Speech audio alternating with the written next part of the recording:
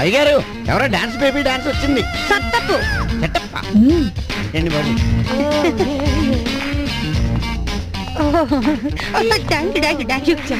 Sorry sorry. ఏంటమ్మా ఇటొచ్చావు? తను ఇంట్లో ఉన్నట్లేదు.